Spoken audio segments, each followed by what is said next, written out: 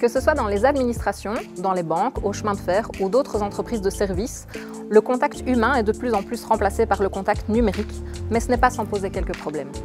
Nous avons reçu pas mal de plaintes à l'annonce de la fermeture de guichets. C'est premièrement une disparition du contact humain avec notamment toute la problématique de l'information aux voyageurs. C'est également aussi une fracture numérique qui s'accentue, étant donné que beaucoup de personnes souffrent encore d'illettrisme en Belgique et que d'autres personnes ne sont pas familiarisées à l'utilisation des solutions digitales. Ce changement de stratégie a également une incidence sur l'emploi.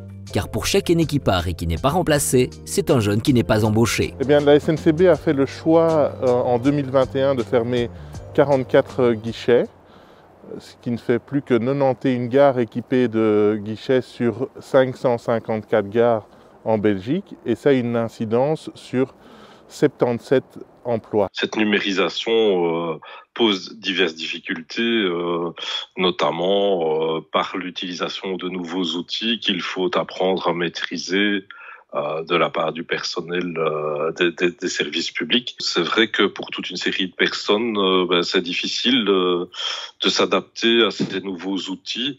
Surtout que derrière ces outils, il y a de plus en plus de mesures du travail, ce qui induit des pressions parce que, eh bien, il faut répondre en un certain timing et il faut clôturer des appels dans un certain temps.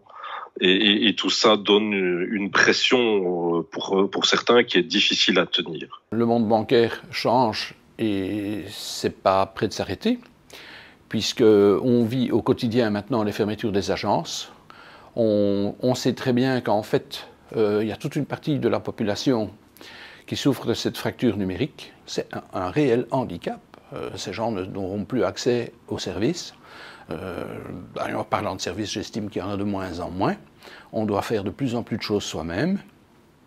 Et donc, c'est vrai que c'est un phénomène de société. Et on a intérêt, franchement, à réagir et à ne pas se laisser faire.